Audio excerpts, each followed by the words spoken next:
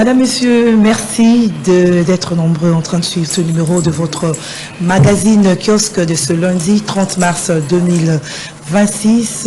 Bon début de semaine à vous tous qui aimez suivre ce magazine. Alors ce matin, nous avons trois invités, Joseph Kongolo, Efas Freddy Chioyo et Jean-Marie Kamenga. Avec eux, nous allons analyser, débattre, commenter sur les sujets qui dominent l'actualité ce matin en République démocratique du Congo, pourquoi pas en dehors de nos frontières. Nous allons revenir sur la clôture de la 13e session de la conférence de gouverneurs avec les discours du chef de l'État Félix-Antoine Tshisekedi Tshilombo qui a évoqué le partenariat avec les Américains. Les Américains vont nous aider à construire une armée pour protéger notre pays. Ils viendront avec leur argent, ils vont investir au Congo, ils construiront les routes, les entreprises, leurs œuvres seront visibles et nos enfants vont se retrouver. Ce sont les propos du chef de l'État qui était en lingala, qu'on a traduit du lingala en français. Ces propos lors du discours de clôture de la 13e session de la conférence de gouverneurs, commenté de partout. Nous allons analyser ce discours du chef de l'État ici, et il ne s'est pas arrêté là. Il dit « Ceux qui nous croyons être les dirigeants du Congo étaient en réalité des étrangers au service d'autres étrangers pour tuer les Congolais. Leur maître est rwandais, Paul Kagame, qui s'agite et devient bavard comme un fou. » C'est les chefs de l'État. Nous allons également commenter ce discours, ces propos-là. Et dans une interview ce matin, l'ancien président Joseph Kabila sur New York Times qualifie des institutions gouvernementales de Tshisekedi d'illégales. Essayer de lier la rébellion à Kabila relève tout simplement de la stupidité, a dit Joseph Kabila sur New York Times. Nous allons parler avec nos invités et le débat sur les changements ou la révision de la Constitution. En tout cas, lors de la conférence de gouverneurs, tous les gouverneurs presque se sont levés pour les changements et la révision de la Constitution, mais l'opposant Moïse Katumbi s'élève encore comme en 2015, là où parlait de troisième penalty, pour dire non à la révision, changement de la Constitution. Pour lui, le dialogue inclusif est la seule solution pour la paix et la fin de la crise sécuritaire en République démocratique du Congo. Nous allons en parler si le temps nous permet. Nous parlerons également de forces armées de la République démocratique du Congo qui ont lancé dimanche la traque des FDLR encore présents sur le territoire congolais. C'était à Kisangani. C'est le général Ishalungaza Jacques, commandant adjoint de l'état-major, qui a présidé la cérémonie au camp général Baouma. Nous allons évoquer ces questions des traques des FDLR avec nos invités. Merci de nous rester fidèles. Joseph Kongolo, bonjour. Bonjour madame, bonjour aux débatteurs. Je vois mon ami Kamenga, je vois aussi Chioyo, que j'ai toujours entendu, jamais partagé de plateau. Je suis content d'être avec lui sur le même plateau, avec espoir que ce sera un débat qui va faire grandir tous ceux qui ont choisi de nous suivre ce matin. Mais un petit biscuit, c'est que j'ai été surpris de voir une entreprise, un établissement public comme l'INPP, qui amène 20 véhicules pimpin neufs, 60 000 $ par pièce, pour donner au directeur de cette entreprise. C'est une folie. C'est vraiment une folie. Ces véhicules ont fait beaucoup de buzz ici à Kinshasa. Quand je vois un établissement public comme l'INPP, qui n'a presque pas de budget parce qu'il vit généralement de subsides venant du Japon et de la coopération, acheter plus de 20 véhicules, 60 000 $ la pièce, pour donner au directeur de cette entreprise. Est-ce qu'ils ont évalué le coût des entretiens, des carburants? Et je voudrais vous rappeler, madame, que si vous amenez un tel véhicule à CFAO pour l'entretien, ce n'est pas moins de 2000 $. C'est pas moins de 2000 $ après près de 1000 km ou 1200 km. Alors quand je vois des établissements publics faire des dépenses luxueuses comme ce que j'ai vu à la télé, je me dis franchement que ce pays n'est pas... À un certain moment, je ne sais pas quel est le service qui accrédite toutes ces dépenses Quel est le service qui apprécie ce genre de projet pour les établissements publics? Je me demande s'il y a une autorité attitrée pour autoriser ce genre de dépenses pratiquement pour les établissements publics qui sont presque en faillite ou qui vivent des subsides des autres. 60 000 $ la pièce et vous donnez au directeur de l'INPP. 60 000 $ la pièce. Oui, la pièce c'est 60 000. Je connais le véhicule. Je connais le véhicule. C'est la dernière marque Toyota. Fortuner. Alors, je n'ai pas compris personnellement. Je ne comprends plus rien. Qui peut accepter de donner son argent à un établissement public pour qu'on achète des véhicules aux travailleurs? C'est qui? Donc je comprends tout simplement qu'il y a des choses qui ne marchent pas dans ce pays, simplement parce que la charpente institutionnelle n'est pas bien établie, ou bien ce sont les responsabilités de certaines institutions ne sont pas bien établies, ou tout simplement si ces institutions existent, donc elles sont corrompues jusqu'à la moelle épinière. C'est pas correct de voir l'INPP acheter des véhicules, 20 véhicules à 60 000 $ la pièce pour donner au directeur. Non. Moi je me dis, dans une gestion coordonnée, on ne peut pas permettre pour un établissement public d'acheter ces véhicules. Il n'y a plus mieux à faire. Madame, depuis Tibouyi, je crois que c'est Tibouyi qui était là, il n'y a que à peu près une dizaine de provinces dans lesquelles sont représentées l'INPP. C'est-à-dire que la mission de l'INPP, c'est d'aller dans toutes les provinces, même les provinces issues du démembrement. Alors, quand vous commencez à vous donner le luxe de payer plus d'1 million, 2 millions de dollars, 3 millions, 5 millions de dollars pour acheter simplement les véhicules, là, je me dis franchement que, quelque part, il n'y a pas de vision. Il n'y a pas de vision et que demain, on nous dira qu'ils n'ont plus de salaire et à cause de remboursement de toutes ces dettes, c'est pas correct. Congolo. Jean-Marie Kamenga, bonjour. Bonjour, madame, pour l'invitation. Merci à Joseph pour partager encore le même plateau. Pour ma première fois aussi de partager le plateau avec M. Tibouyi, que j'entends souvent. Chiyoyo a chanté de vous rencontrer. Moi, je voulais parler un peu de la situation du pays, puisque nous suivons un peu ce débat concernant la Constitution, la révision, et nous voyons comment est-ce que les gens s'agitent. Et je suis arrivé à une conclusion que depuis que Mobutu a laissé le pouvoir, nous sommes dans la continuité du moboutisme.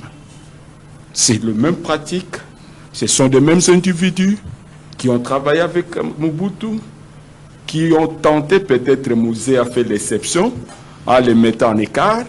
Joseph est revenu, il a pris le même genre, avec le même discours. Félix, qu'on croyait l'homme de la rupture, a fait quand même appel à de mêmes gens. Mais nous savons que dans des pays comme le Cambodge, lors de Khmer Rouge, tous ceux qui ont travaillé avec ces gens-là, on a été toujours considérés comme le collabo. Puisque aujourd'hui, quand vous voyez un peu, je prends des gens comme Shoki Tundu, que moi je respecte, mais de suivre son interview, j'ai senti maintenant, moi, que j'étais un peu... je ne peux pas... Donc, un peu humilié à moi-même, puisque j'ai été parmi l'œuvre, la réflexion, et même le faiseur de l'homme Kabila. Me dire que cette constitution venait d'ailleurs, vous ne connaissez rien. Comment toi tu es congolais dans ton propre pays, soi-disant un étranger vient et qui amène quelque chose, vous ne protestez pas? Mais en ce moment-là, ce sont les mêmes gens qui ont voulu même modifier cette constitution pour le 3e mandat de Kabila. Donc, moi je pense qu'il est temps de considérer ces gens comme les collabos et il est temps de changer cette classe politique, puisque demain quand Félix partira, le même gens viendront avec le discours que vous ne connaissez pas la personne Tshisekedi, nous le connaissons, il était ceci, il était... Non, il est temps qu'ils ont épuisé leur valeur intellectuelle.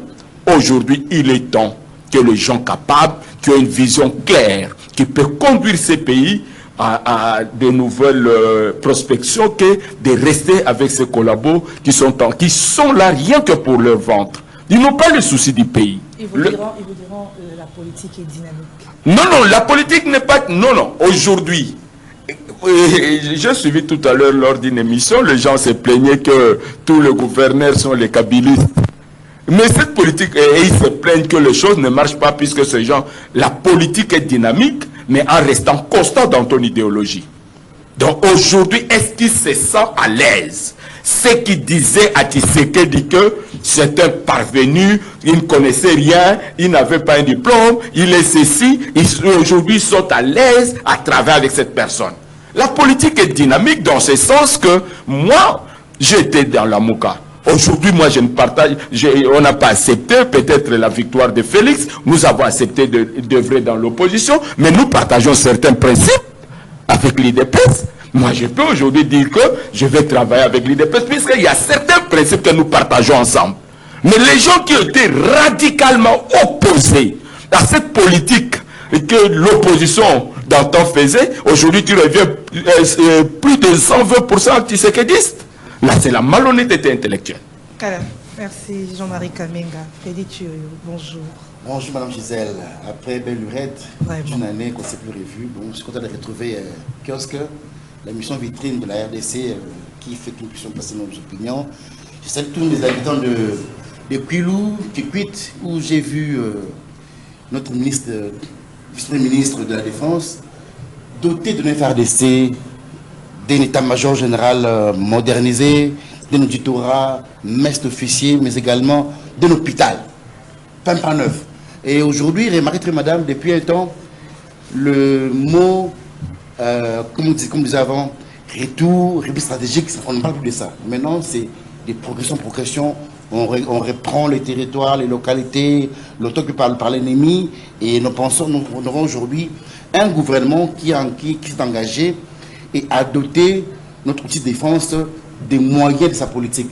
C'est-à-dire que assurer le FARDC à leurs dépendants une logistique bien fournie, un bon casernement, une bonne formation, mais également un bon équipement. Et c'est ce qu'on a fait avec l'inauguration par le chef de l'État sous la coordination du ministre de la Défense d'un état-major général érigé depuis dans le cadre de l'itinérance du ministre de la Défense, qui depuis sa nomination a entrepris une sorte de diagnostic, c'est-à-dire savoir qu'est-ce qui se passe, dénicher les mots qui rongeaient nos rangs de forces armées. Pourquoi est-ce que l'armée n'était pas efficace? Pourquoi est-ce que l'armée n'était pas en mesure de défendre l'intérêt territorial? C'est parce que quelque part, il faut d'abord voir le social, qu'est-ce qui ne marche pas, les revendications qui étaient exprimées jadis par le personnel militaire, et cela a été rencontré, voilà, raison pour laquelle on a vu en marge de la conférence de gouverneurs, cette séquence de Kikwit, où on a vu le chef de l'État aller inaugurer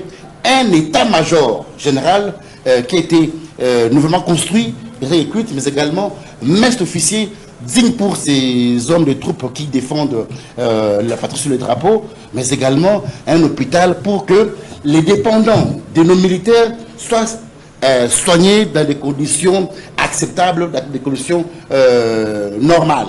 Et voilà, c'est pour ça que nous voulons un peu...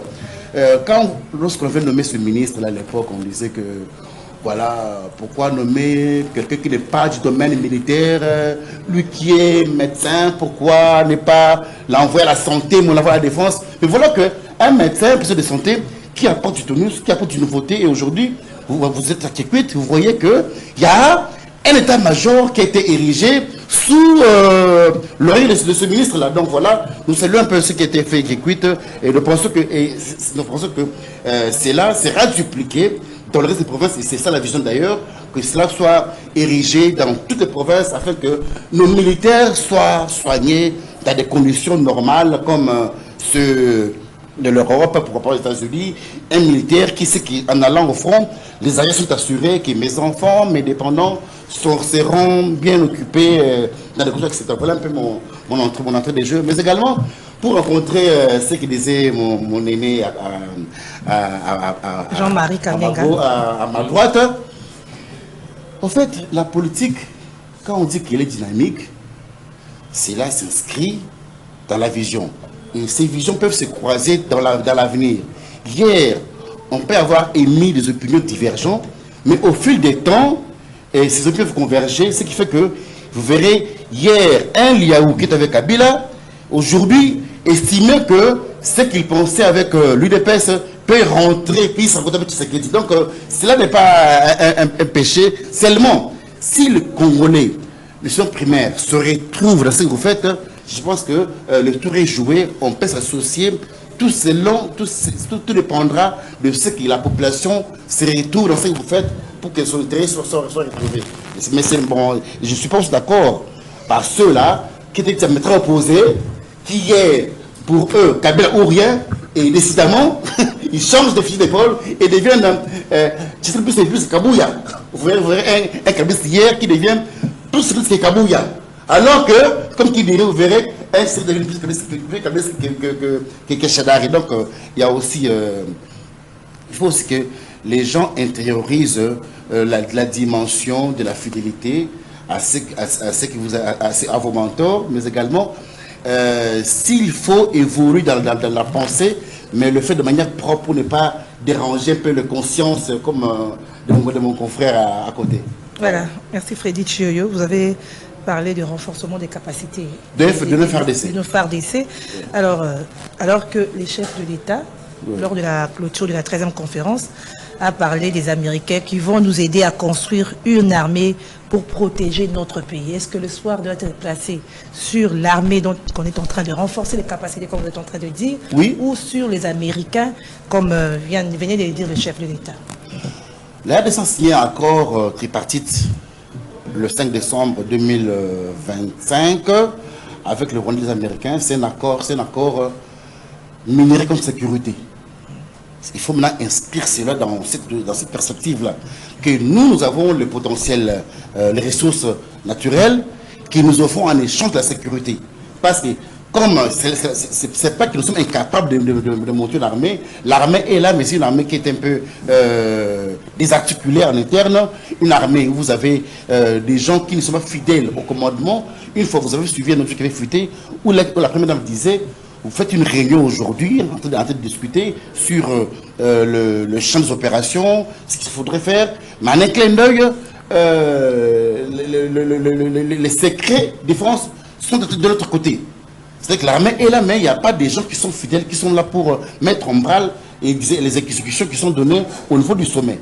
Donc cela voudrait dire que ceci, et là, comme a dit le président, les Américains sont des partenaires qui viennent en appui à ce que nous faisons déjà. L'armée est là, mais il faut la réformer, il faut la restructurer, il faut la remodeler, la mettre au pas pour être en mesure de répondre aux attaques extérieures de l'ennemi et assurer la sécurité de nos frontières. Donc, ce n'est pas que nous sommes incapables, nous sommes un partenariat, nous avons signé un deal, échange de nos minéraux contre sécurité, et c'est là que ça se fait partout, ça a été dupliqué en Libye, ça ne sera pas une nouveauté. Donc il faut positiver l'idée du chef de l'État, ce n'est pas que nous devenons une armée sous-traitée, non, c'est une armée qui s'émet en échange de technicité, en échange d'expérience avec l'expertise américaine pour sa performance et pour se mettre en phase avec les technologies nouvelles que nous voyons en Iran, avec les États-Unis. Parce qu'on ait une armée comme ça, dissuasive, comme à l'époque de Mobutu, parce qu'aujourd'hui, nous avons des forces poreuses.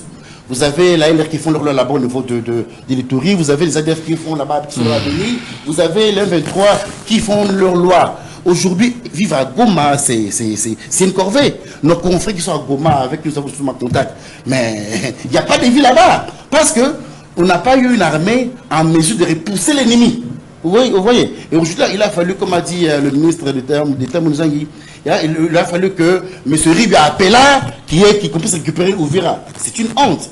Parce que l'armée est là, mais les troupes sont là, mais le commandement pose problème. Parce que, est-ce que vous savez que pour Tomé Goma, il a fallu au moins plus ou moins 10 millions de dollars américains pour 100 millions pour Tomé Goma ou Guémé Bukavu. Parce que l'équipement qui était là, on a laissé l'équipement, les Sukhoi, mais les manipulateurs n'ont pas voulu répondre à la manœuvre. Parce qu'il y avait de l'infiltration, des intrusions extérieures. Pour vous dire que l'armée est là, mais l'armée n'est pas très soudée, n'est pas très colmatée. Donc les Américains vont venir en appui.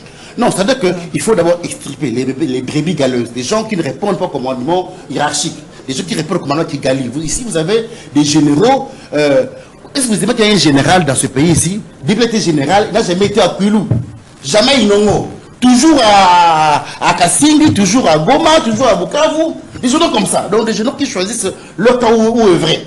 C'est pas normal. Alors que l'armée politique, quand on est soldat de rang, on t'envoie n'importe où, à Kananga, on t'envoie à Bafasende, on t'envoie à Goma, Inongo. Tu réponds, mais il y a des généraux de ce pays ici, leur coin de présélection, c'est resté à Bukavu, c'est resté à Kavumu, c'est resté à Kassindi, c'est ça Minova.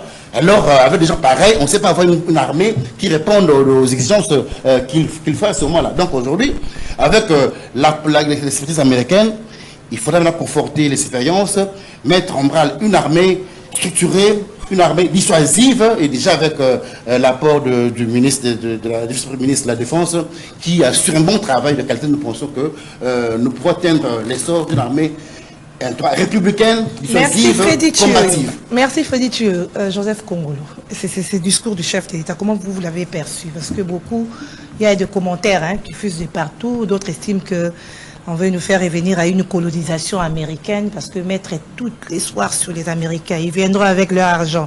Ils vont investir au Congo. Ils construiront des routes. Voilà un peu ça. Ils vont construire une armée. Oui, je crois que les craintes sont quand même légitimes. Les craintes sont légitimes. Pourquoi? Parce que le monde bascule aujourd'hui. L'ordre mondial établi en 1948 est en train de basculer. Et les grandes puissances ont tendance à revenir, n'est-ce pas, au capitalisme prédateur. N'est-ce pas? Ils veulent reconquérir, en fait, des terrains aujourd'hui. Il y a cette tendance de voir les grandes puissances chercher à reconquérir. C'est-à-dire, c'est comme au début de la colonisation. Genre colonisation. Absolument, absolument. Vous avez suivi Trump, et c'est lui qui trahit pratiquement la pensée de ce temps. C'est lui qui trahit la pensée de temps. Il veut avoir tout. Voyez-vous? Il veut avoir tout. Et regardez la France, l'attitude de la France face à la Libye, au Liban. Il veut qu'on lui laisse son précaré. Donc, toutes les tendances montrent bien qu'on voudrait revenir au capitalisme prédateur. Et je crois que Félix doit avoir bien lu ça. En voulant s'associer avec les États-Unis, ce n'est pas pour rien. C'est d'abord la marque de temps aujourd'hui. C'est ça le temps aujourd'hui. Cette prédation, ce capitalisme prédateur, primitif, séparer les gens de leurs moyens de production, c'est ça la tendance actuellement. Les États-Unis vont chercher du pétrole au Venezuela. Ils cherchent encore du pétrole en Iran. Ils veulent décrocher un accord sur le pétrole. Donc vous comprenez qu'au-delà peut-être du simple espace, ce sont les moyens, ce sont les richesses du sol et du sous-sol qui sont visées ici. Donc ces craintes peuvent être légitimes dans une certaine mesure parce que c'est ça la tendance du monde actuellement. Mais d'autre part... Mais on y va quand même. Bien sûr. Maintenant, mon problème, c'est celui-ci. Comment résister à ces tendances aujourd'hui, nous, en tant qu'RDC, avec les potentialités que nous avons, en sol, en sous-sol, qu'est-ce que nous pouvons mettre en œuvre pour résister à ces tendances? Résister à la balkanisation, résister à la domination, résister à toutes ces choses. Qu'est-ce qu'il faut? Voilà pourquoi je me suis dit que ce que Félix a fait en s'associant avec la grande puissance actuellement militaire, je crois que c'est aussi une façon de se préserver. De se préserver. Parce que vous savez... C'est-à-dire? Parce que l'Union européenne, elle avait déjà signé la balkanisation du Congo. Je crois que vous le savez. Jusqu'aujourd'hui, il reste sur sa tendance, sur sa lancée, avec les accords qu'ils ont signés, ils ne les ont jamais levés. Donc l'Union européenne était sur cette tendance. C'était un plan. C'était un plan concocté depuis Clinton. La balkanisation du Congo n'est pas un fait de hasard. Vous vous rappelez, Lumumba en a parlé en 60. Clinton est venu réaliser ça avec Kagame et les autres.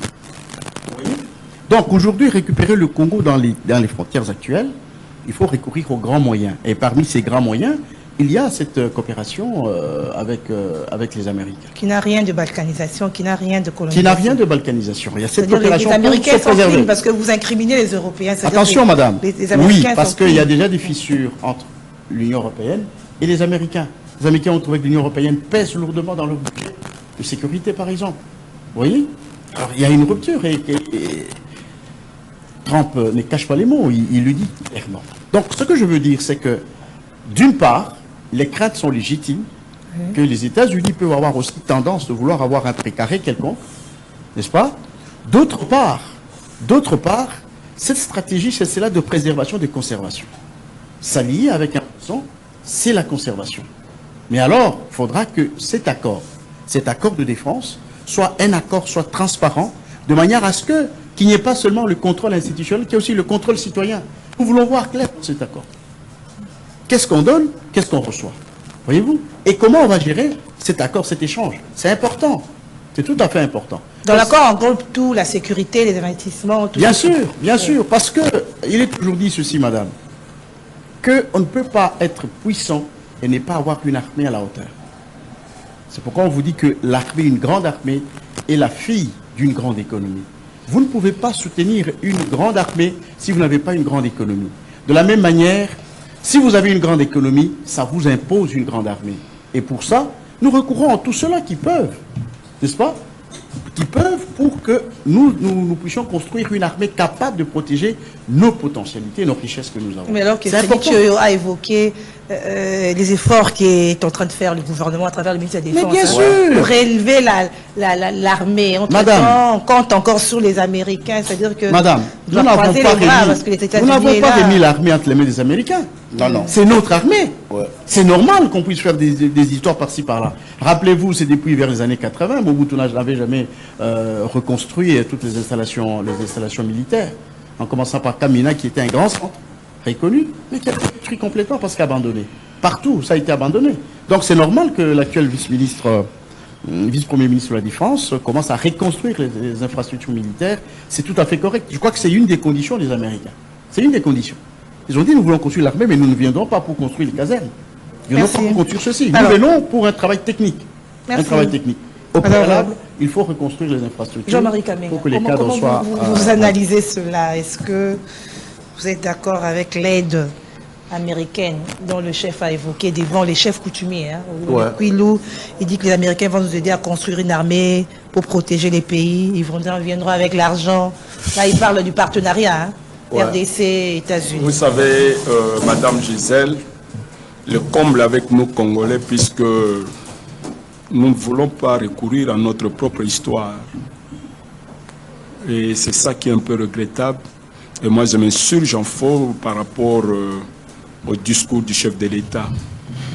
Ce n'est pas la première fois que le Congo a signé des accords privilégiés avec l'Amérique, même sur le plan militaire, sécuritaire et même sur le plan économique. Je vais vous dire une chose, quand vous prenez tous les officiers qui ont travaillé avec Mobutu, tout ce monde ont circulé des académies américaines. Ils ont circulé des académies américaines et je crois que Congolo vient de dire tout à l'heure le problème de la base de Kamina. Qui conduisait la base de Kamina? C'était les Américains. Cette armée, nous avons eu l'aide des États-Unis d'Amérique. Et aujourd'hui, nous devons revoir notre stratégie militaire. Je crois que le président Félix et l'actuel gouvernement, ils sont encore dans une sorte de cette armée rudimentaire. Donc, ils ne voient pas la réalité. Aujourd'hui, le Congo a besoin de la technologie militaire. Ce que nous vivons aujourd'hui en Iran, c'est le fruit de la recherche. C'est le fruit de la recherche. Aujourd'hui, je serais d'accord avec notre gouvernement de cesser un peu de créer toutes ces universités qu'on est en train de dire à Bunia, à Kananga, à Mbujimai, partout on doit construire des universités. Il est temps de faire des institutions technologiques qui doivent tenir compte de beaucoup de facteurs. Stoppons un peu les lettres, stoppons un peu le droit, certaines histoires. Entrons maintenant dans la science, les facultés des sciences, où nous devons former les gens, les physiciens, les mathématiciens, tout ce monde-là, des ingénieurs. Puisque c'est ça qui prouve la difficulté aujourd'hui de l'Amérique au niveau de l'Iran, puisque l'Iran s'est mis à appliquer réellement. L'Iran, c'est parmi les pays du monde qui a plus d'ingénieurs et plus de scientifiques, de physiciens, de mathématiciens. Même, tu as vu, je crois, samedi passé, qu'est-ce qu'ils ont détruit? C'est l'Institut technologique de Téhéran. C'est là où même la clé, où la technologie de drones et consorts. Nous avons vu la guerre en Ukraine. Si la Russie a réussi à remonter la panne, puisque l'Iran est venu en rescousse en apportant ce Don Shadow qui a transformé même le cours de la guerre en Ukraine. Donc je pense aujourd'hui que le chef de l'État, on a besoin de partenariats. Mais dire que les Américains viendront nous aider, de nous construire des routes, ne soyons plus. En ce moment, nous rentrons encore dans le contrat chinois. qu'aujourd'hui il veut les audits, puisque Kabila nous a fait croire la même chose, que les Chinois vont prendre des minéraux, ils vont nous construire des routes. Et aujourd'hui, nous sommes là où nous sommes. Il est allé en Chine, ils ont revisité le contrat. Aujourd'hui, nous voyons, il y a l'audit qui se pointe à l'horizon. Maintenant que Sikomine dit que niet, je ne ferai pas cet audit. Donc, je veux ceci, puisque dans ces pays, Maman Gisèle, le plus grand investisseur, c'était l'Amérique. Dans ces pays. Goodyear, Coca-Cola, GM Motors, donc des grandes compagnies privées, ici c'était des Américains. Mais les jours que les Américains ont dit que nous, ils n'ont pas apporté un changement. Ils n'avaient pas une politique sociale. Tous ces temps que l'Amérique a resté au Congo, avec Goodyear, avec GM. GM faisait des véhicules au niveau de, actuellement, marché de la liberté. C'était l'usine de General Motors. Ils n'ont même pas construit ne fût-ce qu'un auditoire, ni à l'ISTA, ni à la Polytechnique, ni à la faculté des sciences. Moi, je vais étudier en Afrique du Sud. Quand vous allez aujourd'hui en Afrique du Sud, vous verrez que toutes les grandes entreprises ont construit des auditoires, les gens de la géologie, vous allez dans telle faculté, vous voyez telle compagnie, ça sol construit ici, construit. Donc c'est ça, c'est la même chose avec des Bralima. Et Neken est ici, on dit que Bralima depuis 1913.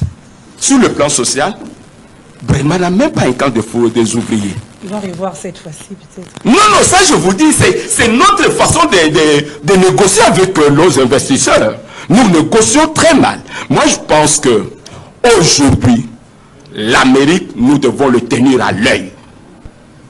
Nous, en tant que Congo, nous ne pouvons pas prendre l'Amérique comme un enfant de cœur. L'Amérique, nous devons le tenir à l'œil. Donc, l'Amérique doit venir comme s'il y a des investissements américains, avant même de mettre leurs investissements opérationnels, il doit décrire la vision de cet investissement. Qu'est-ce qu'il veut de ce Congo? Puisque demain, nous allons nous retrouver encore, l'Amérique nous a pris du cobalt, puisque la réalité aujourd'hui, l'Amérique est en retard par rapport aux Chinois. Pour les minerais critiques, l'Amérique est en retard. Congolais vient de dire quelque chose. Devant nous, nous avons un président bandit, qui est Trump, qui ne craint personne, qui ne croit à rien. Trump se croit, on a vu le week-end, les manifestations dans toute l'Amérique, on dit non. No king in the USA. Donc la façon de gérer de Trump, la façon de diriger de Trump, il se croit comme s'il était le roi de l'Amérique. Regarde ce qu'il a fait au Venezuela. Regarde ce qu'il est en train de faire au Cuba. Regarde ce qu'il est en train de se faire aujourd'hui en Iran. Et nous, un pays faible militairement, ces gens peuvent venir aussi s'asseoir ici, dire que le tout nous appartient. Il a dit de la colonisation maintenant. Merci. Donc, nous devons être conséquents de ce que nous voulons faire avec l'Amérique. Mais beaucoup d'optimisme, nous allons décrier nous-mêmes un jour. Sinon, un pays ne se développe pas seulement avec les investissements nationaux. Hein. Non. Le Congo dit quelque chose ici, puisque depuis que l'Union sacrée a signé les accords stratégiques avec l'Amérique, l'Europe, c'est la bête noire. Or, l'idée de la balkanisation, ce que Kagame fait aujourd'hui, c'est une politique anglo-saxonne. Il n'y avait pas à voir avec l'Union européenne. Donc, or, la politique étrangère de l'Amérique ne se décide pas à la Maison-Blanche. Il y a des lobbies américains qui savent comment est-ce que nous voulons diriger. Est-ce qu'ils ont opté pour un État unitaire au Congo ou ils tiennent toujours à leur balkanisation? Voilà un peu ma question, mon questionnement. Merci Jean-Marie Kamenga. Éric Bissé nous a rejoint. Vous entrez directement dans la question, c'est par rapport aux investissements américains, les chefs d'État, dans son discours lors de la clôture, en marge de la 13e conférence de gouverneurs, lorsqu'il était face au chef coutumier. Il a parlé des Américains qui vont venir nous aider. Qu'est-ce que vous en pensez?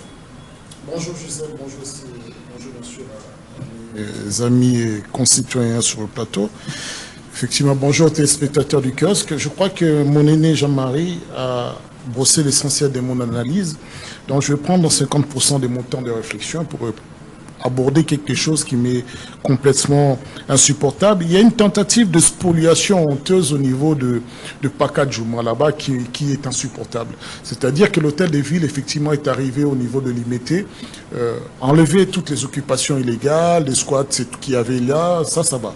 On a déblayé, on a débarrassé. Mais il y a ce qu'on appelle un lotissement qui a été accordé aux travailleurs de Onatra depuis des décennies.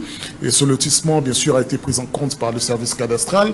Et il y a un quartier Pakadjouma avec des lotissements bien spécifiques, avec comme soubassement un arrêté ministériel et des différents directeurs de l'Onatra. Mais bizarrement, parce que nous sommes toujours dans une république où les personnes prédomine par rapport aux textes et aux normes, il y a eu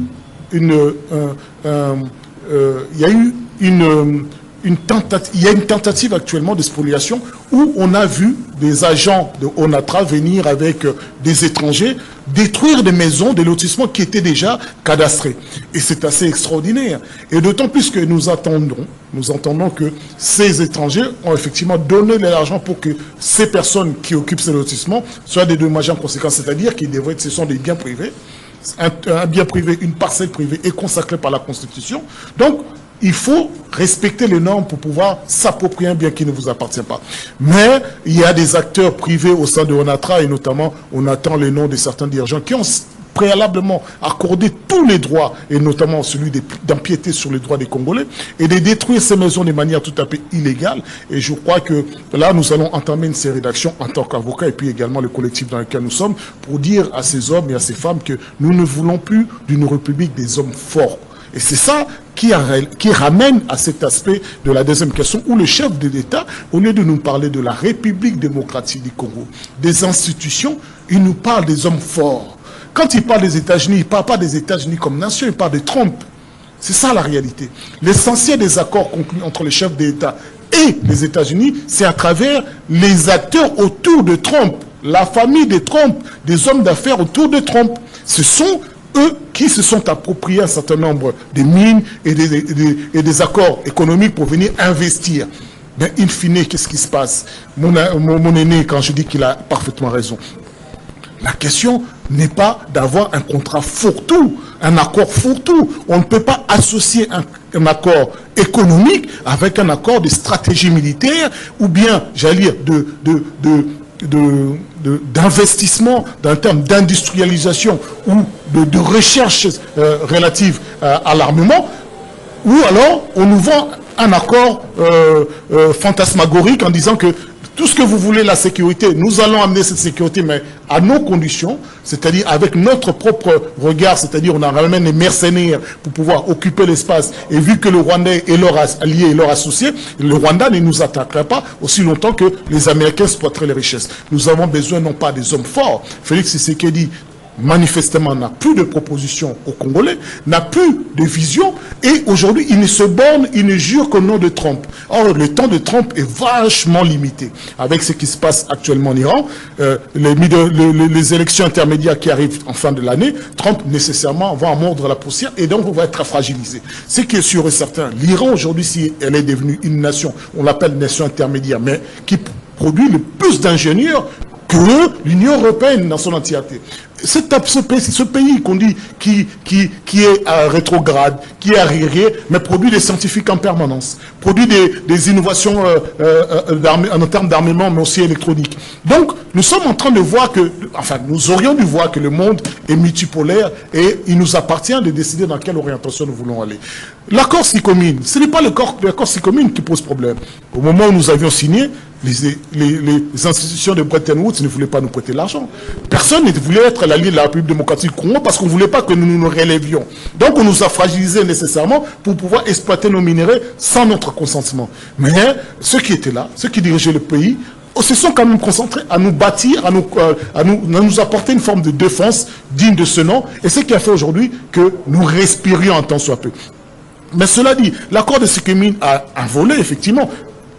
Lorsque les Chinois viennent chercher la terre, sans être garanti que ça va être rentable. Mais cela dit, nous avons des accords qui disent que vous voulez, nous construisions. Mais il nous appartient de proposer des projets. Ce qui est apparu évident lorsque Félix Tshisekedi est arrivé il y a plus de 7 ans, 2 ans plus tard, c'est nous qui n'avons pas proposé. C'est les Congolais qui n'ont pas mis sur la table qu'est-ce qu'ils voulaient qu'on leur construise et pour quand X temps. Ok, nous sommes partis amender cet accord, nous avons renégocié, tant mieux. La Chine s'est montrée ouverte, c'est-à-dire parce que nous avons trouvé que nous avons gagné et il vous appartient de proposer. Il y a l'université de Lubumbashi ou du Kassai qui est en train de se construire grâce à la SICOMINE. Il y a la rocade qui est en train d'être investie, c'est grâce à la SICOMINE. Donc l'accord de SICOMINE, l'accord chinois, c'est mieux que... Non, il ne s'agit pas de mieux. Le moment où nous avions négocié... C'est-à-dire que nous étions en état de faiblesse. C'était un accord léonin. Mais à ce moment-là, est-ce que nous avions le choix? Et aujourd'hui, nous avions le choix, nous sommes partis renégocier. Si nous n'avons pas aujourd'hui renégocié conséquemment ce que nous avons besoin, c'est notre propre turpitude. Il n'y a pas à reprocher les Chinois d'être forts dans les négociations. Maintenant, effectivement, il ne s'agit pas ici de dégager les Chinois pour de nouveau tomber dans l'esclavage ou bien dans l'obédience des États-Unis.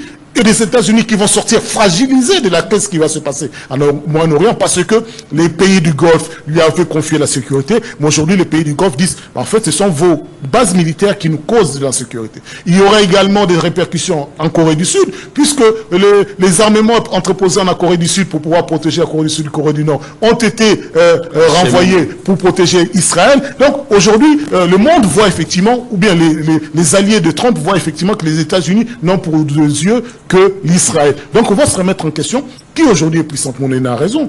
En termes de technologie de guerre, en termes d'armement, c'est la Chine. Parce que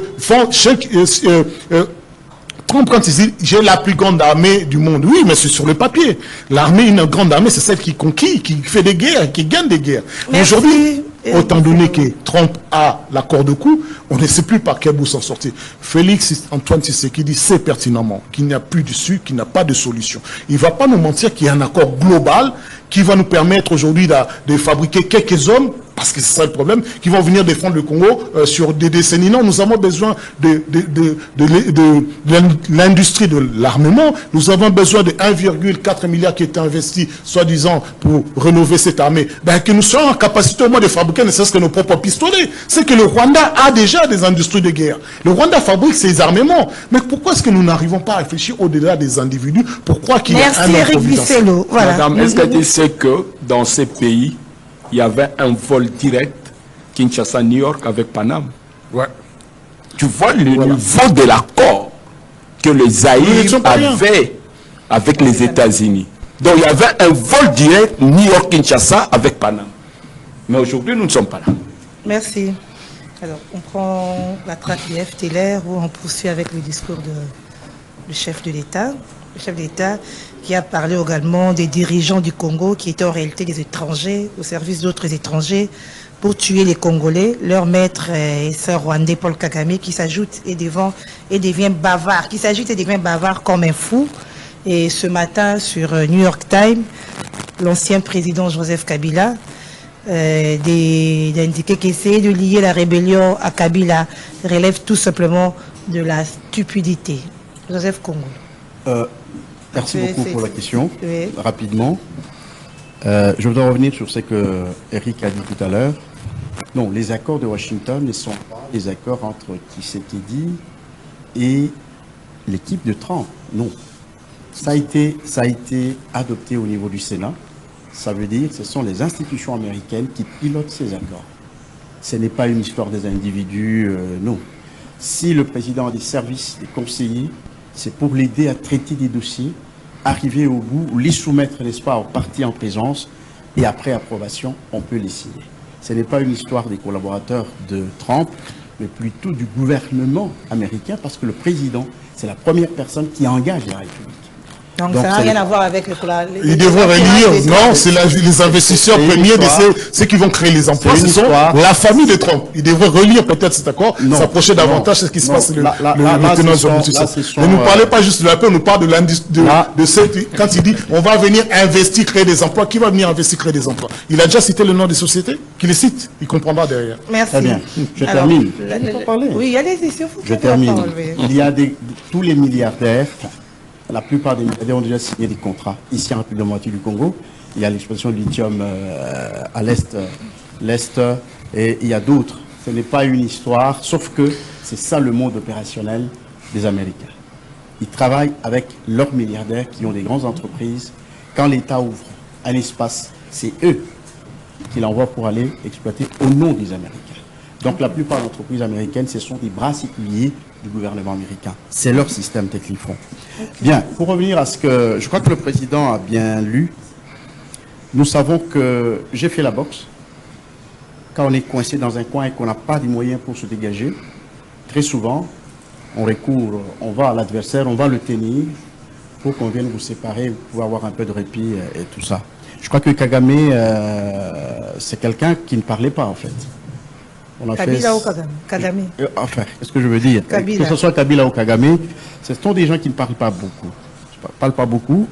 Et quand quelqu'un commence à parler beaucoup, je crois que vous pouvez poser la question aux psychologues, certainement qui sont entamés. Ils sont vraiment entamés en profondeur. C'est tout à fait normal. La preuve, c'est que quand Kabila nous raconte des histoires qu'on ne peut pas lier le 1-23 à sa personne, je crois que là, il a déliré alors. Il a vraiment déliré. Je ne comprends rien. Il a déliré. Où est-ce que vous avez déjà vu? Quand il y a une guerre, ce sont les autorités qui sont les premières personnes recherchées par une rébellion. Quand ils arrêtent un ministre, allez, ils les prennent en otage. Ils peuvent, sur ce ministre-là, sur cet otage, réclamer, n'est-ce pas, avancer, n'est-ce pas, leur réclamation. Mais ce n'est pas un ancien président de la République qui vous a combattu, qui vous a traité de terroriste, n'est-ce pas? Aujourd'hui, il n'est plus au pouvoir. Pas même il n'est plus au pouvoir, il est encore au pouvoir. Kabila est encore au pouvoir ici. Parce que, attention madame, la classe politique, la classe qui est au pouvoir aujourd'hui, vous soyez de l'opposition ou du pouvoir, du moment que vous êtes parlementaire, donc que vous êtes dans les institutions, vous êtes sénateur, vous êtes au pouvoir. C'est ça la véritable compréhension du pouvoir. Ceux qui exercent l'autorité dans le pays, ce sont ceux-là qui sont dans les institutions. D'accord?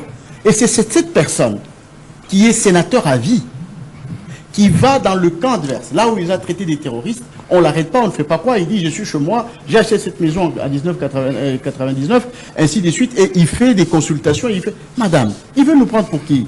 Nous avons les deux yeux et nous avons une tête sur les épaules. Kabila, c'est lui le maître à penser du 1-23 de l'AFC, qui ne nous raconte pas des histoires. Et c'est vrai, c'est que le président dit, il est venu ici comme commissaire, comme un envoyé d'un groupe puissant. Et c'est ce qu'il a fait. Il a bradé l'armée, il a bradé toutes les grandes institutions. C'était les pro-rwandais qui les dirigeaient. On l'a vu partout. Madame, qui ne nous raconte pas des histoires, nous ne sommes pas de petits-enfants. D'ailleurs, ce qu'ils racontent, même les autres politiques du monde entier, ils le prennent pour un mangobo. Ouais, Freddy, tu... Oh. Oui. On avait suivi Joseph Kabila autrefois. Oui, je l'ai suivi. Si j'avais fait cette rébellion, ça allait se passer autrement. Il avait dit ça une fois. Je vais rencontrer mes co-débatteurs, mon co-débatteur. Cher Aîné, vous savez, nous sommes un pays RDC où tout est prioritaire. La recherche, l'enseignement, tout est prioritaire. Donc tout est à repenser, tout est à refaire parce que on est dans un gouffre et le pouvoir tu es en train de ramener le pays à la surface. Donc c'est un truc qui est fait, mais qu'on ne sait pas sentir parce que le gouffre est tellement profond que on fait l'effort de ramener le pays à la surface, donc, et on ne sait pas voir les efforts qui sont fournis. Dire que tu sais, n'a plus rien à offrir, c'est un peu trop posé. C'est trop grossier en même temps. Parce qu'aujourd'hui, ne comparons pas le Zaïre au Congo d'aujourd'hui. Les Zaïre de l'époque, c'était un pays dissuasif, un pays craint dans la sous-région, une armée qui savait contrôler sur la sécurité de toutes ces frontières. Aujourd'hui, on a affaire à une armée poreuse, une armée qui s'est spécialisée dans le grip stratégique, et une armée qui ne fait que reculer et qui n'avançait pas. Et aujourd'hui, les bases sont posées, comme je l'ai dit tantôt, avec Modjanvita, qui a posé les bases. C'est-à-dire en dotant d'abord l'armée avec des infrastructures modernes, un hôpital, maître officier, tout ça. Et l'aide américaine vient compenser au vide, au déficit que nous connaissons au niveau de l'armée. Donc, ce n'est pas que l'armée est sous-traitée, ce n'est pas qu'on a bradé la souveraineté, c'est seulement que l'armée va se remettre à niveau avec l'aide extérieure, avec l'apport extérieur en termes d'expertise. Donc, ce n'est pas quelque chose d'être complexé. On est ouvert, le pays reste ouvert à des échanges techniques, des échanges d'expertise, d'expérience pour élever son armée. Quant à Kabila, Kabila a déçu tout le monde. déjà, sa première réapparition à la Libre de Belgique, pendant que nous négocions comment reconquérir nos territoires, il réapparaît à Konyongite, dans son ranch, qu'il aurait acquise en 99. Et si j'ai toujours mon mémoire, 99, c'est l'ère où l'RCD occupait la partie là. Et comment lui est arrivé là-bas? Donc, c'est comme si il a insulté une intelligence nationale congolaise. Et dire aujourd'hui que, là tu n'as pas repris, là aussi dit, demandant à l'actuel régime si combien de prisonniers politiques il y en avait sur son régime. Mais et les Moka, les Diongo, toutes ces modalités, quelqu'un de prisonniers. Il nous raconte quoi là? Donc Kabila est prisonnier de ce propre mensonge. Il croit mentir. Non, qu'est-ce que je veux dire? Kabila est victime de ce propre mensonge. Il croit rôler tout le Congolais dans ce mensonge là. C'est pas normal. Et dire qu'aujourd'hui que vous avez répété quoi là, comme quoi que c'est une stupidité. Mais de lier la rébellion à sa personne. Mais on dit en français qui s'assemble se ressemble. On le voit contre avec Nanga. Du matin au soir, il fait la ronde de Bukavu, il vient à Goma, il fait un soir les chefs coutumiers, il parle avec eux, il est sécurisé par l'armée de Makenga. Mais on va lui dire quoi? C'est lui, le pilote en chef de l'armée de la CL23, qui ne sait pas ça. Nanga a eu l'argent pour piloter une armée Nanga. Nanga était la semi ici. Nanga a eu l'argent pour être investi, cordon du mouvement qui date depuis 2011, après le départ de Kounabatoire. Le 23, c'est depuis le 23 mars 2010 ou 11 comme ça, 2009, c'est ça. Et aujourd'hui, Nanga, un nouvel recrue qui prend la commande d'un mouvement. Il veut laisser la bénédiction là-dedans. Mais c'est Kabila qui a demandé à son parent Kagame d'envoyer les ERDF pour mener l'aventure à la RDC. C'est connu de tous. Et il dit aujourd'hui comme quoi que nous Congolais, c'est une conscience de stupide pour ne pas comprendre que c'est lui qui est l'aventurier en chef dans ce mouvement-là. De ça, ce sont des faussetés. Kabila a trahi la nation congolaise, sénateur à vie. Il devait être le conseiller en chef de l'actuel régime, donner l'expertise qu'il avait fait pour démonter la 23 en 2013. Mais malheureusement, il va s'allier. Donc c'est une trahison qu'il a fait et nous pensons que ça qu'a fait Moutamba en le condamnant à mort. Et Moutamba avait raison. Malheureusement, il a été mal remercié. Il est personne aujourd'hui. Et nous pensons qu'il faudrait maintenant réparer cette injustice-là aujourd'hui. Parce que des gens comme des Nanga, des Kabila, ce sont des gens qui font du mal à la nation au point que la région qui est affectée au développement, maintenant c'est affecté à l'armée. Et maintenant il y a maintenant donc l'austérité, il y a la chef ne circule pas. Tout est envoyé au front parce que le paix que nous mobilisons, c'est pour envoyer à ceux qui mènent les armes pour garantir le fait que le peu de paix que nous avons encore dans la partie restante du pays. Voilà, donc, Kabila, c'est un monsieur a parfois zappé parce que c'est sorti, comment c'est un peu à énerver le peuple congolais. Parce que c'est pas normal, lui qui est là-bas à Goma avec le Nanga, dit que non, voilà, il est passé de la rébellion. De quoi parle-t-on? Éric Wissel. Bon, écoutez, moi ça me fait énormément rire, mais c'est vrai que nos amis du pouvoir nous donnent extrêmement d'éléments en tant qu'analystes que nous sommes.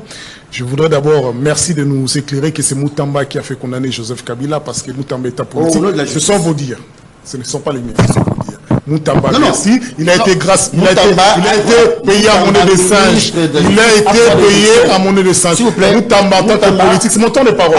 Non, oui, il a pris l'injonction de faire condamner Kabila. C'est un politique, donc c'est une procédure politique et une justice politique qu'il a fait condamner. Et pour être remercié, il a été remercié à monnaie de singe. Donc il fallait qu'on lui laisse siphonner l'argent qui était destiné aux Congolais de la souffrance vécue pour qu'il en fasse ce qu'il voulait. On comprend votre philosophie qui se ressemble, s'assemble, selon vos propres mots.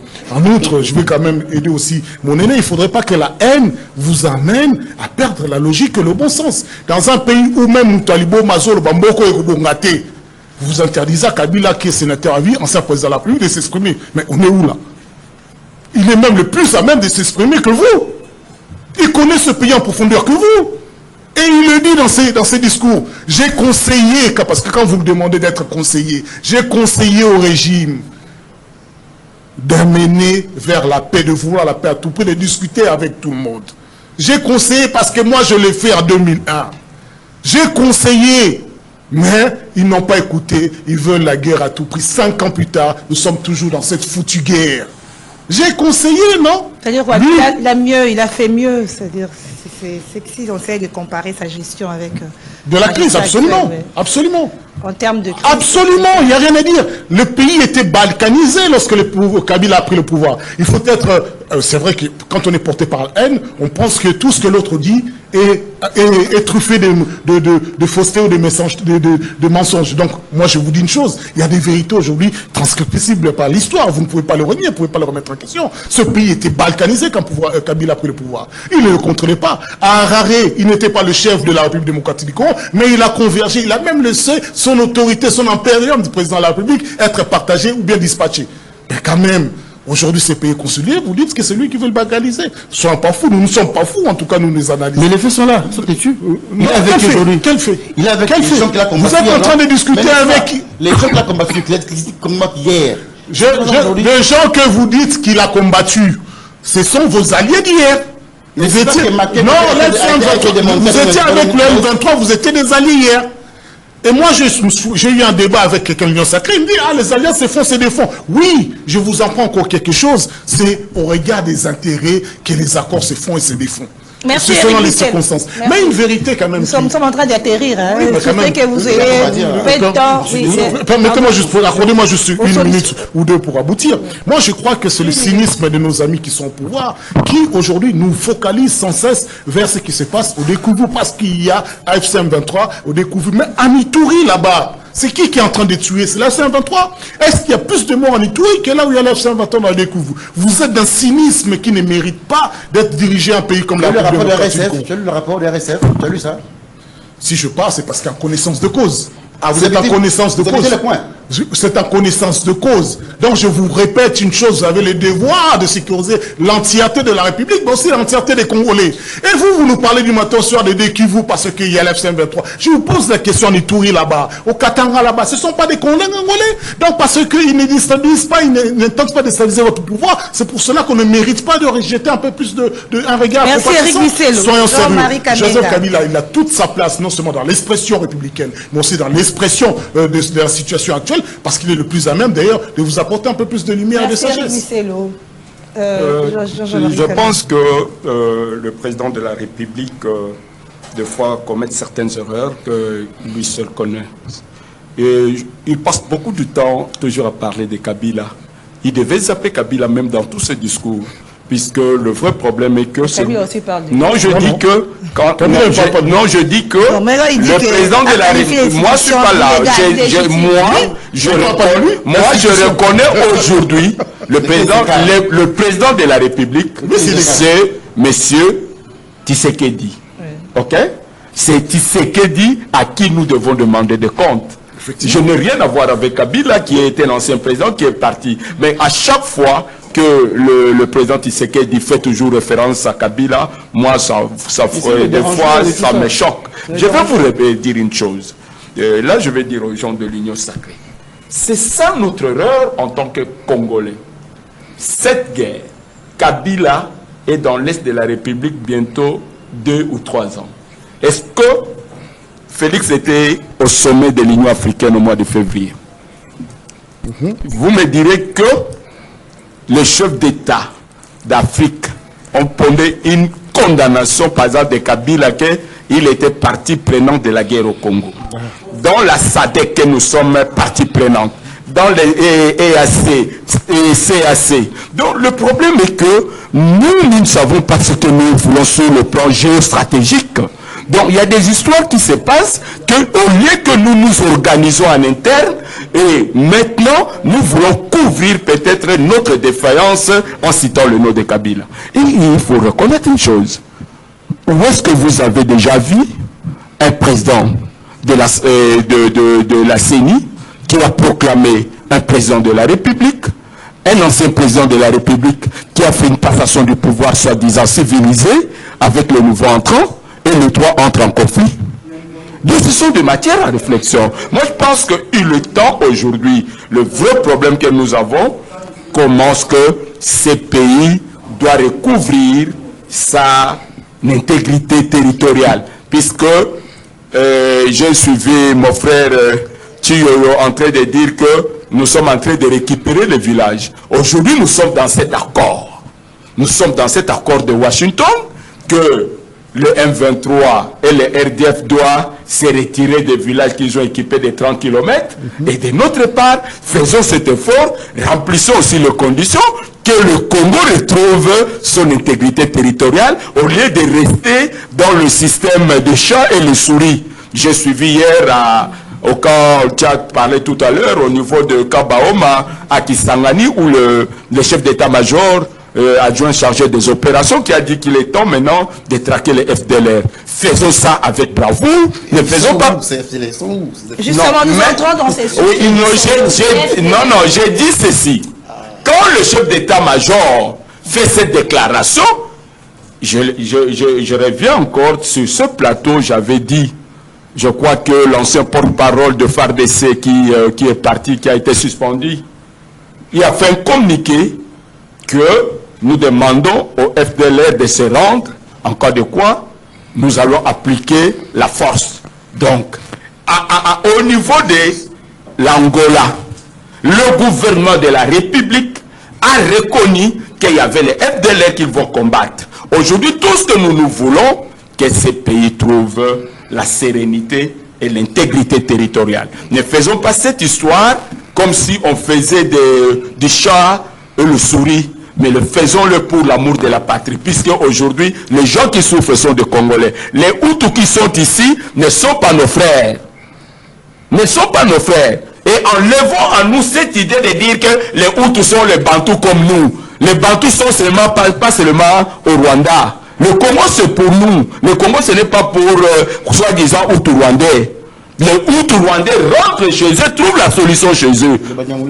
Merci. Non, je dis ceci. Nous avons besoin que tout le monde rentre. Nous avons fait la Sun City, qu'ils fassent un effort de leur façon, avec leur opposition, de contrer Kagame, de se réconcilier entre eux et qu'on laisse le Congo calme. Voilà, nous entrons dans ce sujet. Ce sera le dernier, avec 1 minute à chacun, parce que nous sommes en train d'atterrir. Ah bon, c'est la traque. Oui, c'est déjà la Constitution d'abord, le changement de Constitution. La Constitution. Donc, parlons d'abord de la traque, parce que Jean-Marie l'a évoqué, alors qu'on avait suivi autrefois. L'ancien Julien Palouk, ancien gouverneur, disait qu'il est dans ses expériences, étant que gouverneur, les FDLR n'existent pas. Aujourd'hui, on a lancé hier, par le commandant adjoint de l'état-major à Kisangani, la traque des FDLR. Joseph Kongolo, qu'est-ce que vous en dites? Je reviens rapidement d'ailleurs. Très vite. Hein, le président cite beaucoup Tshisekedi. Je crois que le président cite beaucoup Kabila. Je crois que sur le plan diplomatique, toutes ces avancées, c'était ce qu'on appelle dans les stratégies politiques l'ennemi unique. On focalise tout le mal sur l'ennemi. C'est une stratégie politique, elle est connue. Si vous avez fait les sciences politiques, c'est très simple. L'ennemi unique, on le cite, on fait quoi? Il est indexé dans les grandes organisations et ça fait mouche. Nous observons tout ce que la diplomatie congolaise a fait, que ce soit le président, que ce soit le Premier ministre, tout ça, ça fait mouche. Donc ce n'est pas inutile qu'on cite son nom, surtout en mal, c'est pas mauvais. Donc c'est une stratégie en politique, l'ennemi unique, la focalisation sur l'ennemi unique, c'est très simple. Vous parlez de... La traque des FDLR. Oui, d'abord il faut comprendre pourquoi la RDC revient sur la traque des FDLR. C'est parce qu'aux États-Unis, la semaine passée, il y a eu un changement de vue sur ce qu'ils avaient arrêté avant. Avant, il fallait une coalition entre les Rwandais, le M23 et l'armée, les FARDC, pour traquer les FDLR. Ce n'est pas faisable. Vous vous battez et puis vous vous mettez ensemble pour traquer les FDLR. Ce n'est pas faisable. Donc, ils ont essayé d'harmoniser la vue sur ça et ils ont dit ceci, que la traque, désormais, la traque des FDLR, c'est la part de FARDC. Ce n'est plus la coalition entre le M23 et FARDC. Vous comprenez? Donc, il y a eu changement de vue. Quelque part, ça a été éclairé. C'était la semaine passée qu'ils ont signé. C'est comme ça que la République démocratique du Congo commence à faire cela parce qu'en fait, il faut aussi avoir une vue globale de la chose. Vous voyez que nos amis sont en train de dégarnir pratiquement les fronts. Je ne sais pas si vous suivez ça, j'espère. Ils sont dégarnir les fronts. Tout ça, c'est dans l'évolution de la compréhension des accords de Washington, en particulier en matière de sécurité. C'est comme ça que chacun commence à s'activer parce qu'en fait, Je crois que la guerre s'est essoufflée. La guerre s'est essoufflée aujourd'hui. On cherche une sortie honorable pour l'un et pour l'autre. C'est ça qui est. Donc ça va se passer comme ça, on traque les FDLR et les RDF. Non, non. C'est retire du Si territoire. on peut traquer les FDLR, il n'y a que les FARDC qui peuvent le faire. Parce que nos amis du M23, ils ont presque de l'Est. Oui. Pourquoi ils n'ont pas traqué les FDLR? Pourquoi ils n'ont pas traqué les FDLR? Donc ceux qui peuvent traquer les FDLR, il n'y a que l'armée et les FARDC qui peuvent le faire. Pratiquement. C'est ce qui est pratique. Ils existent. Écoutez, le dernier rapport, madame, le dernier rapport il y a 2-3 ans, je crois, de l'ONU, ils avaient dit qu'ils étaient évalués à plus de 300 et qu'ils n'étaient plus nuisibles. 1500. Pardon? 1500. Bon, ils n'étaient plus nuisibles. Même 2000. Ils n'étaient plus nuisibles. En plus de ça, qui sont-ils FDLR? Ce ne sont pas les militaires rwandais des Interamwe. Non. Ce sont les enfants, ce sont les descendants. Ce sont les descendants. Et on dit quoi? On dit qu'ils ne sont plus nuisibles aujourd'hui. Ils n'ont plus assez de moyens pour faire la guerre, ils n'ont plus ceci, ils n'ont plus cela et tout ça. C'était le dernier rapport il y a 2 ans, je crois, si je me rappelle. Alors, aujourd'hui, quand le Rwanda part de FDLR, ne vous en faites pas, c'est un prétexte. Merci Joseph Kongolo. Ça fait partie de pour Eric Bisselo par rapport à cette question, parce qu'on sommes en train de t'atterrir. Vous avez 1 minute, Eric Bisselo. Oui, effectivement. J'aurais quelque chose de beaucoup plus important à dire. La stratégie de sciences politiques, l'ennemi unique, mon cher. Parmi, on a entendu. Il y en a beaucoup. L'ennemi unique, on a entendu Kagame. L'ennemi unique, on a entendu Makenga. L'ennemi unique, on a entendu Nanga. L'ennemi unique aujourd'hui chez Joseph Kabila. Non, je ne sais pas, il y a une schizophrénie, ou bien il y a une mauvaise conception du mot unique que vous ne savez pas cerner, ou bien c'est quoi la stratégie? Non, ce ne sont pas des chèvres. J'aime bien dire, nous ne sommes pas des chèvres. Ça, c'est juste beauté en touche. Mais je reviens juste. C'est étonnant, apparemment. Mais j'apprécie maintenant que l'intelligence rejoigne nos amis qui sont dans la majorité, quand ils nous rejoignent dans la réflexion sur les questions de la FDLR. Parce que quand vous avez signé ces accords, nous avions dit, mais comment vous avez pu suspendre le sort de la République démocratique du Congo à une condition hypothétique et une condition qui est interne à la République démocratique du Congo? Si la République démocratique du Congo décide de prendre des FDLR comme des réfugiés, et la communauté internationale fait son essentiel pour les préserver, c'est un droit international d'accepter les réfugiés. Mais en quoi le FDLR pouvait-il déstabiliser Paul Kagame au Rwanda? Comment pouvait-il dire que la sortie de crise nécessite nécessairement l'injonction de 2 armées pour traquer la FDLR qui se trouve effectivement en grande majorité du côté détenu par la FC23? Nous l'avons dit, vous avez dit non, ça va, c'est normal, c'est notre stratégie. Mais finalement, aujourd'hui, vous avez vu qu'en fait, vous perdez énormément de temps. Parce que vous parlez beaucoup, vous agissez avec colère et merci Eric Bisselo. Vous avez 30 secondes, s'il vous plaît. Mais c'est talent, c'est 2028. C'est juste 30 secondes pour atterrir. Donc, au lieu de sortir de la politique par la tête haute, vous voulez sortir par la tête basse en créant des ordres, un chaos monumental par le changement de la Constitution. 30 secondes, s'il vous plaît. Il y a évolution, c'est-à-dire que c'est une preuve de bonne foi que l'RDC est disposée à accompagner la dynamique, soit-elle de neutraliser les éléments négatifs au régime du Rwanda. En passant, par rapport à la Constitution, moi je pense que la Constitution n'est pas une Bible ou figée. C'est-à-dire que les gens qui l'ont élaborée peuvent s'asseoir, se réunir et réfléchir pour l'amender ou apporter un addendum qui ce que le Congolais se retrouve. Parce qu'aujourd'hui, il faut que se le dise en face, le fondamental a un peu de limites. Il faudrait l'améliorer, l'amender, apporter un peu de tonus. Parce qu'aujourd'hui, madame, 30 secondes, on a eu le président aujourd'hui, avant un premier ministre, il faut au moins 2 mois, faire la navette à l'Assemblée, mettre en place une majorité présidentielle, et puis dénicher un premier ministre, la nommer, et puis aller voir l'Assemblée pour défendre. C'est trop de temps, c'est un peu élastique. Il y a moyen de mélanger cela. Cela, ça fait qu'aujourd'hui, après la navette, l'Assemblée en dernier ressort. Donc c'est une chambre complémentaire qui joue vraiment un rôle très important. Donc il y a des questions comme ça à réfléchir. Donc les Congolais doivent s'asseoir sur une table, réfléchir ensemble comment voilà. Merci Freddy Thioyo. Qui répond. Nous sommes obligés. Du moment. Nous sommes obligés d'arrêter. Jean-Marie Kabila. Moi, je pense que quand on ne sait pas appliquer la Constitution, c'est comme ça, tout le monde parle du n'importe quoi. Puisque dans des pays sérieux, on peut élire un président, vous avez un gouvernement et après vous avez des élections. Merci à vous.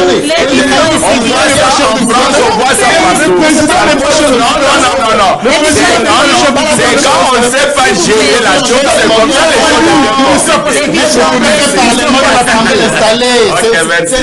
Merci à vous.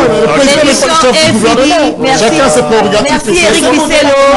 Merci Joseph Kongolo. Merci Freddy Thioyo. Merci, madame. Merci Jean-Marie Kabila. Pour la Constitution demain. Nous allons revenir, oui, pour la Constitution. Voilà. Madame, monsieur, merci de nous avoir suivis. Merci à l'équipe technique, Bruno Nzinga. Merci à Doudou Montiri, le coach. Nous allons revenir sur la question de la Constitution mercredi. Voilà, merci. Au revoir. On se retrouve à 4h.